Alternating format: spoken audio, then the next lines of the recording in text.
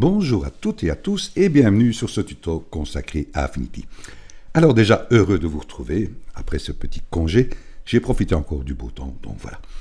Alors revenons à nos moutons. Alors d'abord ici, fermons cette petite fenêtre d'accueil et allons ouvrir une image. Voilà, qui est celle-ci. Voilà, qui est une belle image. Mais nous allons rehausser les couleurs, donc voilà, nous allons donner un peu plus de rendu. Alors, pour ma part, j'aime bien toujours de faire dupliquer notre image de base. Donc ici, la fonction CTRL-J sur Affinity me permet de dupliquer mon image ou faire un clic droit dessus et faire dupliquer. Alors ici, je vais fermer l'œil de mon image de base et travaillons sur notre copie. Alors qu'allons-nous faire? Justement, nous allons donner des couleurs sur cette image et bien sûr détourer le ciel pour remettre un autre ciel et donner de la couleur. Alors, nous avons des outils pour ça, qui est ici l'outil pinceau de sélection. Donc, vous voyez ici la taille. Vous pouvez changer la taille de votre outil en faisant la touche CTRL ALT, restez appuyé, faire un clic gauche à votre souris et voyager votre souris de gauche à droite, vous voyez. Donc voilà, j'estime que cela me satisfait. Et je vais vulgairement sélectionner ici mon ciel. Donc je viens ici, vous voyez, je viens, je regarde. Je le fais assez vulgairement. Maintenant, à vous aussi de le faire un peu plus. Je peux venir. Vous voyez, si maintenant je viens dans mon personnage, c'est pour vous montrer par la suite. Hein. Voilà, je viens ici. Vous voyez, j'ai sélectionné ici le ciel. Par contre, vous voyez, j'ai sélectionné les cheveux de mon personnage. Je vais diminuer la taille un peu. Voilà. Et pour ne pas faire soustraire, en étant toujours sur la même sélection, j'appuie simplement sur la touche ALT de mon clavier. Et je viens ici. Vous voyez. Voilà. Je suis satisfait. Que vais-je faire de ça? Je vais faire ici sélection, inverser la sélection, c'est-à-dire que vous allez voir qu'elle va sélectionner ici le bas de mon image. Vous voyez, boum, il a sélectionné ici l'eau, le rocher. Et que vais-je faire de ça? Je vais justement, par rapport à cette sélection, lui faire un masque de calque. Boum, voilà, qui me permet de désélectionner le ciel. Maintenant ici, je vais aller dans sélection et désélectionner le tout. Ça veut dire la fonction CTRL-D. Voilà. Et je vais aller chercher un ciel justement. Alors, ouvrir un élément récent. Et ciel. Je mettrai bien sûr les images dans la description. Ah, vous voyez, de belles couleurs. Mais je me dis, tiens, je n'ai pas besoin ici. Vous voyez ici, de l'eau, de la mer, des rochers. Je n'ai besoin qu'uniquement le ciel. Donc je me dis, tiens, je vais prendre l'outil recadrer, vous voyez, qui le met d'office. Et je dis, tiens, je vais ici relever. Voilà, je n'ai pas besoin de cette partie inférieure. Et je dis, je vais appliquer, voilà. Et je vais faire un CTRL-C. Et je reviens dans mon projet et je me dis, tiens, CTRL-V. Voilà mon ciel. Mais je me dis, tiens, si je regarde bien, je fais un clic, je agrandis. Je vois que j'ai toujours mon horizon, mon eau. Je me dis, tiens, bizarre. Alors, je supprime, je reviens sur mon ciel. Je fais un CTRL-Z. Voilà. Et je m'aperçois que si, vous voyez que j'ai simplement ouvert mon image, je n'ai appliqué aucun ici outil. Si je viens ici et que j'applique l'outil déplacer, vous voyez, m'affiche des croix, des petites croix. Donc, je ne sais rien faire de ça. Vous voyez? Donc, si je suis bien sur mon calque ici, si je fais un clic droit et que je fais tramer, vous voyez, à ce moment-là, je peux commencer à travailler sur mon image. Vous voyez? C'est toujours important aussi de pouvoir travailler sur une image, faire une rotation ou quoi que ce soit. Je me dis, tiens, si maintenant je reviens ici dans l'outil recadrer et que je refais de nouveau la fonction, voilà, et que je fais appliquer, ok. Si je reprends l'outil recadrer ici, vous voyez que mon image, elle est toujours ici par rapport à son étendue qui était avant de la recadrer. Vous voyez, il y a toujours cette marge qui est ici. Donc si je refais un clic droit, si je fais tramer, rien ne se passe, ça reste la même chose puisque je l'ai fait auparavant. Par contre, si je fais tramer et ajuster, là, il va élaborer par rapport à la taille que je viens de lui mettre par rapport à l'outil recadré. Vous voyez, il l'ajuste complètement. À ce moment-là, ça c'est parce que je voulais simplement ici couper la partie inférieure. Vous n'étiez pas obligé. Donc ici maintenant je peux faire un CTRL-C. Je reviens sur mon projet. Je fais un CTRL-V. Vous voyez là, par contre, mon ciel, enfin, l'eau et l'horizon est disparu. Oui, vous le voyez bien ici. Donc, ici, je monte mon calque. Pour que je regarde. Pour voir mieux, je vais simplement prendre mon calque ici. Je reste appuyé avec un clic gauche de ma souris. Et je le descends juste en dessous de mon calque avec mon masque de calque. Juste ici, au-dessus de mon calque de base. Vous voyez, il est juste là. Là, je peux voir, je regarde ce que je veux garder. Et je me dis, ouais, bien. Ça m'a l'air pas mal. Oh, pardon, je regarde. Ça m'a l'air pas mal. Mais je me dis, oui. Mais le contraste est assez fort. C'est-à-dire qu'on voit un ciel qui est très joli.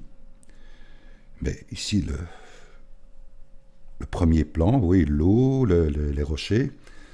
Donc il devrait y avoir quand même un peu de couleur qui se reflète, qui donne un reflet sur l'eau, sur les rochers. Alors comment élaborer ça? D'abord, allons rehausser un peu les couleurs de ce ciel. Donc ici, comme je vais travailler de plusieurs façons, je vais aussi dupliquer ce calque. Donc CTRL-J. Voilà. Donc je peux fermer l'œil.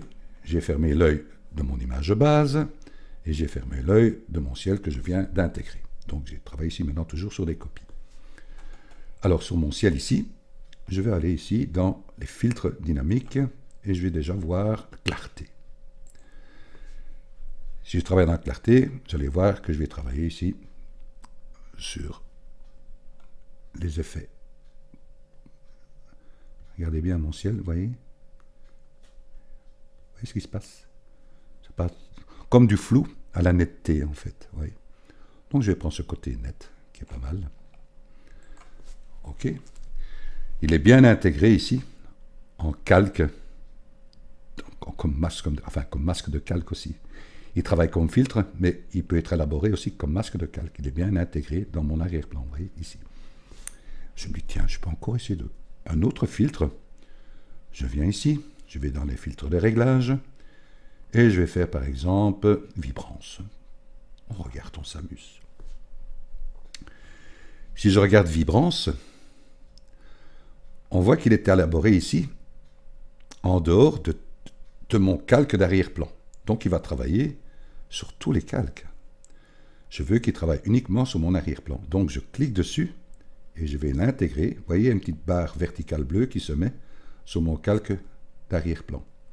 Là, il s'affiche en tant que calque de réglage et comme masque de calque. Là, je peux jouer maintenant ici avec les vibrances. Vous voyez, les couleurs que je peux donner. Je peux aller vers le gris. Voilà. Je peux faire jouer sur la saturation aussi. Vous voyez. C'est tous des petits exemples que je vous donne. OK, j'ai dit OK. Je suis satisfait. C'est très joli. Mais je me dis, oui, mais j'aimerais bien qu'il y ait des couleurs qui donnent le reflet comme ça sur l'eau, sur les rochers. Et bien justement, comme j'ai mis ici, j'ai dupliqué mon ciel. Donc je vais l'activer. Voilà. Et je vais le mettre en premier plan. Donc je monte au-dessus. Il est bien au-dessus. Que vais-je faire de cela? Je vais faire un clic droit sur mon calque. Je vais transformer. Et je vais ici retourner vertical. Boum, il est retourné. Et ce calque, je vais le descendre. Voilà, je vais le mettre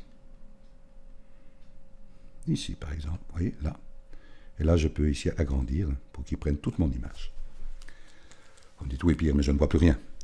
Mais c'est là, nous allons jouer avec les modes de fusion. Et vous allez voir qu'il y a des modes qui sont très intéressants.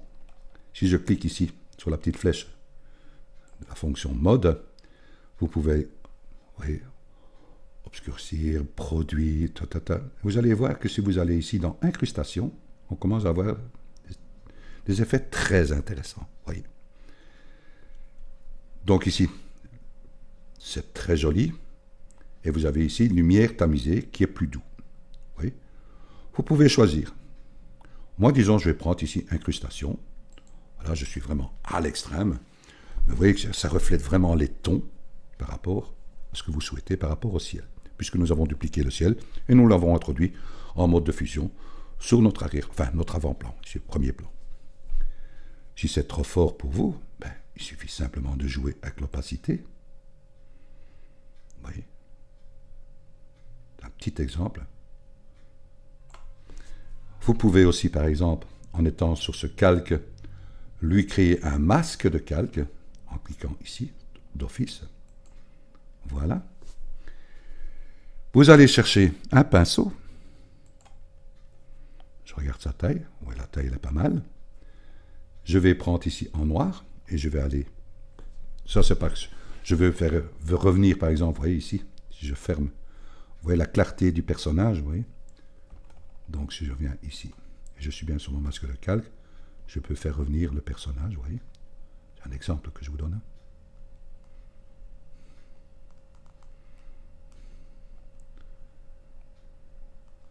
C'est tous des petits exemples. Vous pouvez encore augmenter l'opacité si je reviens sur mon calque. Vous voyez. Vous voyez que vous pouvez vraiment donner de très très belles choses. Une fois que vous êtes satisfait, vous pouvez faire quoi aussi? Vous pouvez recréer ici un filtre de réglage. Et vous allez par exemple dans balance des blancs, qui se crée ici au-dessus. Donc il va travailler sur tous les calques. Là vous pouvez accentuer. Vous voyez. Ah là, je tape fort, hein, donc, mais c'est des exemples que je vous donne. Hein. Vous voyez. Vous pouvez jouer sur les teintes aussi. Vous voyez. Vous voyez qu'il y a vraiment moyen de faire de très belles choses. Voilà. C'est ce que je dis. Hein. Avant, après.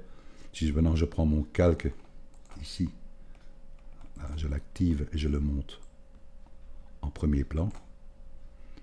Allez, viens. Voilà, il est en premier plan. Avant, après. Vous voyez, je pense qu'il y a moyen de s'amuser. C'est ce que je dis. Voilà, ici je prends le calque de réglage. Vous pouvez encore toujours travailler ici sur votre arrière-plan, qui est ici la base.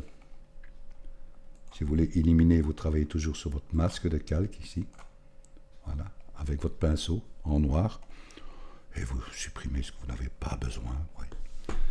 Voilà, j'espère que ce petit tuto vous a intéressé. Moi, je l'ai trouvé intéressant. Et je vous dis un grand merci de votre écoute. Et je vous dis à très bientôt pour un nouveau tuto. Merci à vous.